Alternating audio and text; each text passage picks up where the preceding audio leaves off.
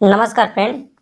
आज हम लेकर आए हैं 21 मार्च सेकेंड शिफ्ट का बिल्कुल रियल क्वेश्चन और इसमें हम सारे क्वेश्चन को देखने वाले हैं। तो चलिए हम वीडियो को शुरुआत करते हैं और मेरे तरफ से आप देखिएगा कि यह मेरा पहला वीडियो है और यूट्यूब पर भी पहला ही वीडियो होगा।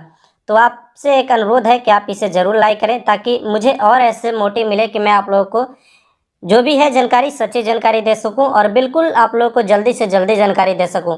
तो क्वेश्चन अगर सही होगा तो एक लाइक आप बिना किए हुए मत जाइएगा, क्योंकि फ्रेंड जब आप लाइक करते हैं तो दिल से अच्छा लगता है फ्रेंड कि कोई मेरी वीडियो को पसंद कर रहा है। तो बस उसके लिए आप एक लाइक कर दीजिएगा और बिहार पुलिस से रिलेटेड जानकारी के लिए बस चैनल को आप सब्सक्राइब करके आप हमारे साथ जुड़ सकते हैं।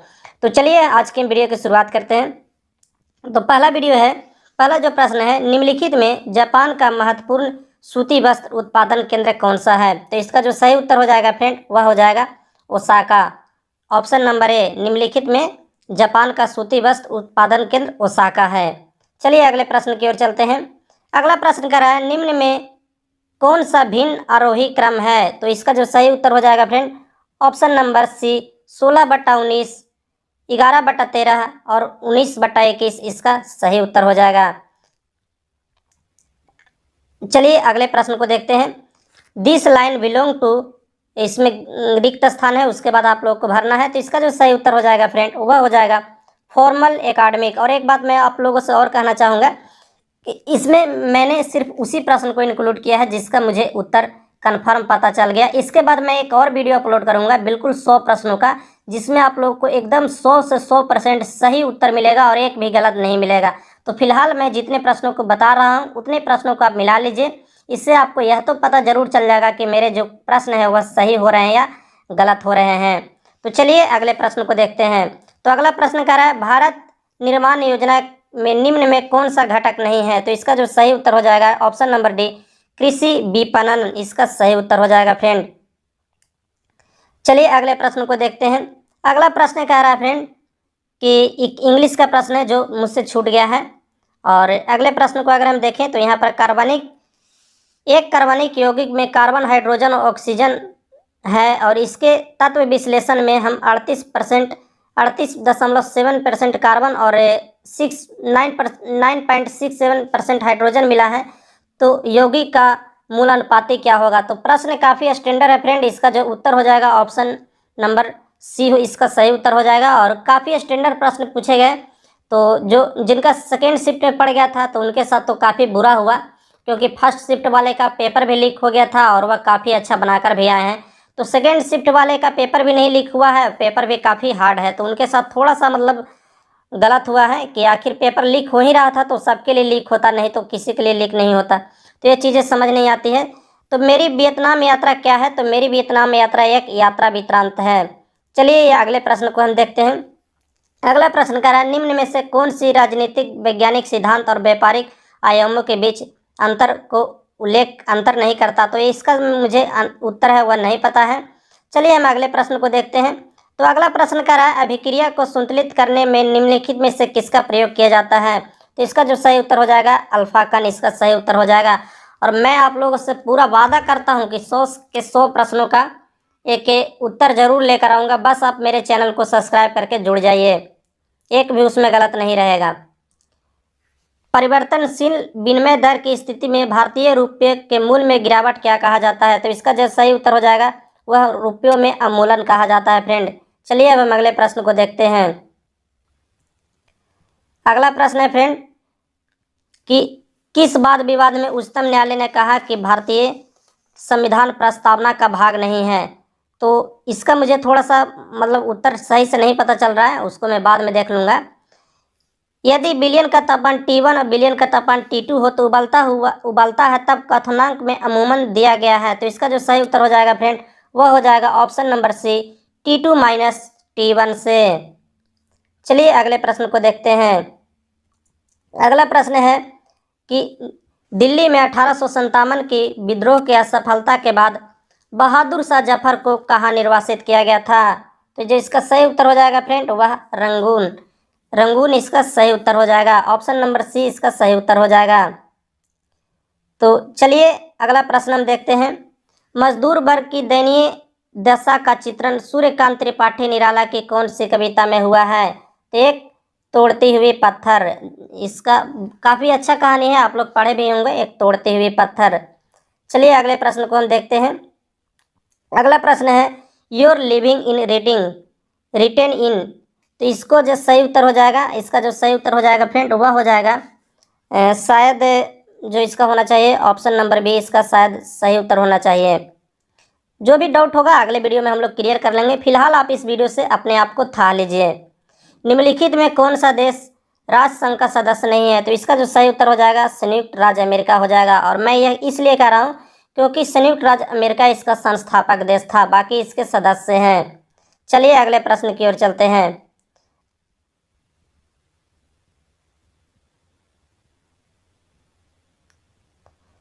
तो अगला प्रश्न है फ्रेंड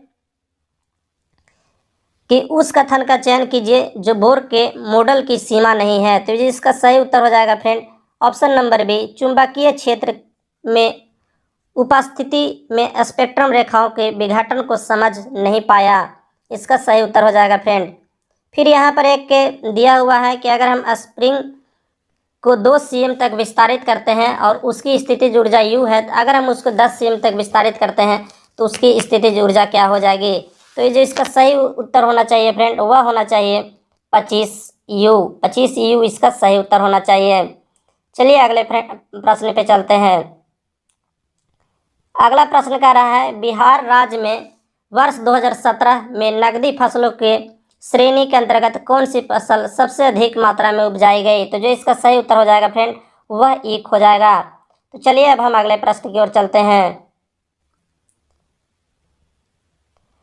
अगला प्रश्न है फिनाइल कोटिया की रोगी मूत्र में उत्सर्जन होने वाला अम्ल क्या है? तो जो इसका सही उत्तर हो जाएगा फ्रेंड वह हो जाएगा फिनाइल पायरुविक अम्ल। तो आपसे एक और भी रिक्वेस्ट है फ्रेंड कि आप इसके साथ इस वीडियो को अपने दोस्तों के साथ ज़रूर शेयर कर दीजिए ताकि उनको भी मिला लें, अपने उत्तर को आप वह भी मिला लें। चलिए अगले प्रश्न को देखते हैं। अगला प्रश्न कुछ इस प्रकार से है जो मैथ से रिलेटेड है और इसका जो सही उत्तर हो जाएगा फ्रेंड वह ऑप्शन नंबर सी k बराबर 1/2 हो जाएगा। चलिए अगले प्रश्न को हम देखते हैं।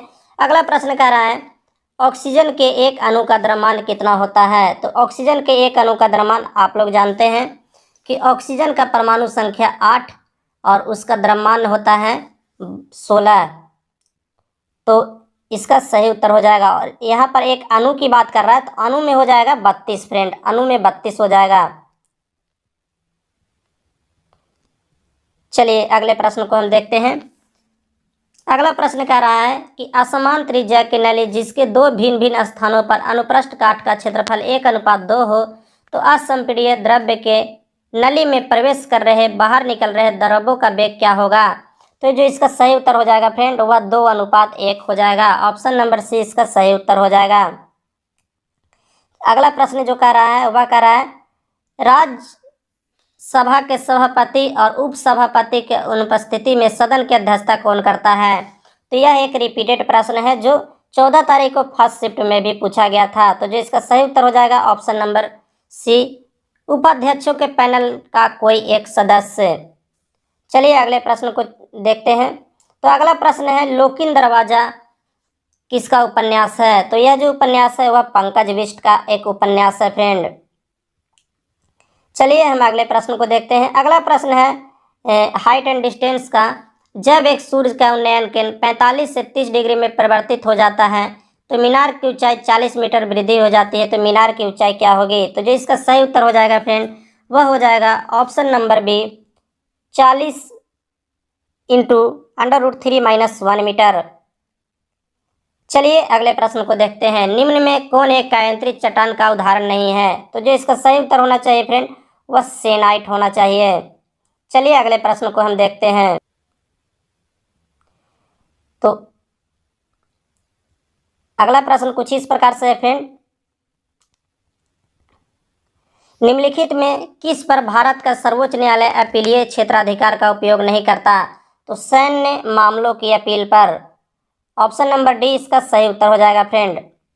निम्नलिखित में कौन सा समांत का रचनात्मक पक्ष नहीं है? तो जो इसका सही उत्तर होना चाहिए फ्रेंड वह होना चाहिए अर्थव्यवस्था का विकास। ऑप्शन नंबर सी इसका सही उत्तर होना चाहिए। अगला प्रश्न है, सिली भवन प्रक्रिया किससे संबंधित है? तो यह है चट्टानों के अपक्षय से। ऑप्शन नंबर सी इसका सही उत्तर हो जाएगा। सोमेश्वर बहादुर सिंह आगे के कौन से शतक के कवि हैं? तो यह हो जाएगा दूसरा शतक। और मुझे ऐसा लग रहा है कि ये मेरे हिंदी ऑप्शनल का पेपर है, जैसा मुझे लग रहा है। इतने लेवल स्टैंडर्ड है इसके। तो पंडित बालकृष्ण भट्ट द्वारा रचित कथा कौन सी है?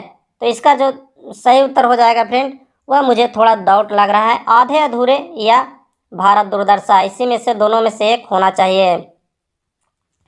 अगला एक फिलअप करना है इस चीज को पढ़ करके। इसका जो सही उत्तर हो जाएगा वह हो जाएगा option number A, the object have a magical power. चलिए अब हम अगले प्रश्न को देखते हैं।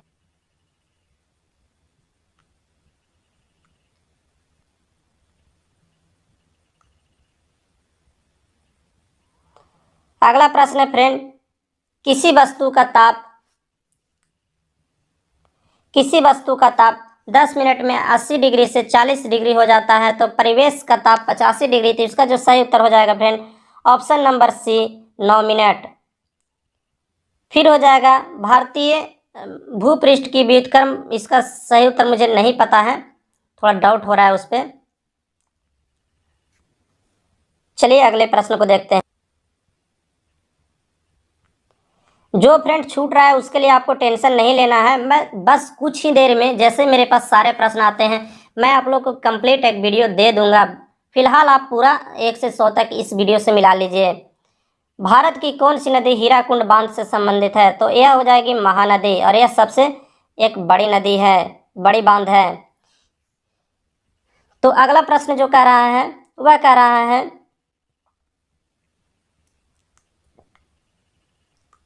यहाँ पर इसका जो सही उत्तर हो जाएगा फ्रेंड, एक इंग्लिश का प्रश्न है, उसका सही उत्तर ऑप्शन नंबर ए हो जाएगा। The father advise his son to neither a warrior और a leader NOR a leader. इसका जो सही उत्तर हो जाएगा फ्रेंड, वह हो जाएगा ग्रहों के गति के नियम के बारे में पूछ रहा है, केपलर के ग्रहों का गति का नियम। तो केपलर के ग्रहों का गति का नियम जो है फ्रेंड, कि सूर्य है और सूर्य के चारों ओर ग्रह है जो चक्कर लगाते हैं, और जब वह सूर्य के नज़दीक आते हैं तो वह तेज हो जाते हैं। तो इसका शायद ऑप्शन नंबर डी होना चाहिए। तो आप लोग खुद इसको देख लीजिएगा। चलिए हम अगले प्रश्न की ओर बढ़ते हैं। अगला प्रश्न है फ्रेंड,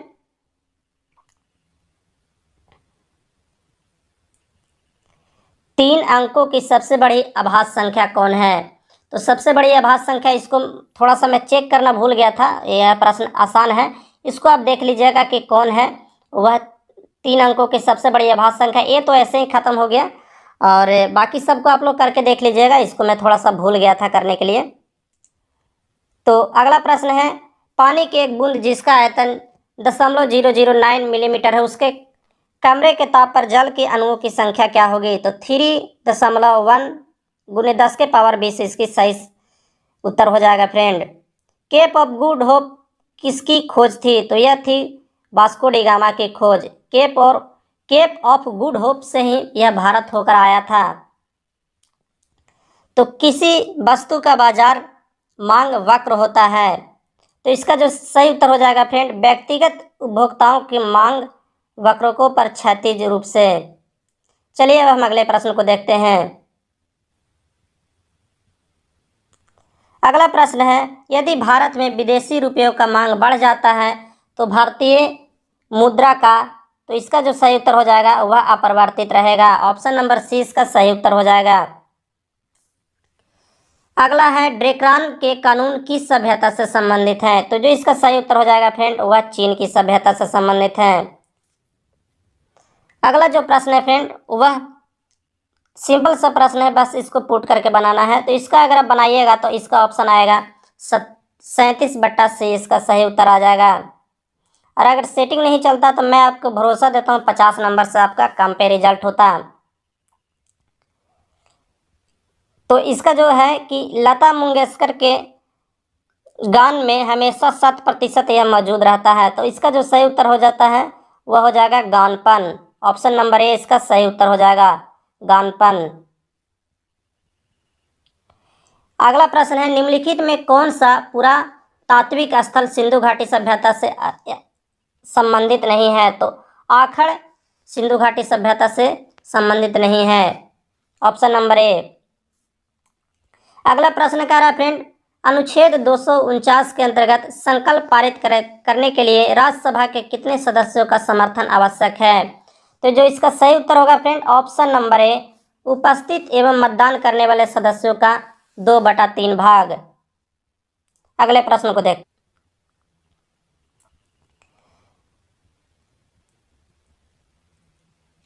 अगला प्रश्न है, समग्र पूर्ति निर्भर करती है कीमत स्तर पर, अर्थव्यवस्था के उत्पादन क्षमता पर या लागत के स्तर पर? तो जो इसका सही उत्तर हो जाएगा फ्रेंड, वह केवल और केवल 2 हो जाएगा, यानी कि अर्थव्यवस्था में उत्पादक के क्षमता पर। अगला है, बहुलवादी विचारधारा किसकी समर्थन करती है? तो वर्ग विहीन एवं राज्य विहीन समाज की, ऑप्शन नंबर बी इसका सही उत्तर हो जाएगा। निम्न में से किस स्थान का पुनः नामकरण अलाउद्दीन खिलजी द्वारा किया गया था? तो इसका थोड़ा मुझे डाउट लग रहा है। तो इस प्रकार से मैंने यहाँ पर आप लोगों से लगभग 100 प्रश्नों पर डिस्कस किया, जिसमें से कुछ प्रश्न हमें छूट भी गए। उन सारे प्रश्नों को मैं आप लोग को 1 से 2 घंटा में एक वीडियो दे दूंगा। बस आप चैनल को सब्सक्राइब करके आप हमसे जुड़ जाइए, ताकि वह वीडियो आपको आराम से मिल जाए। चलिए फ्रेंड, टेक केयर, धन्यवाद।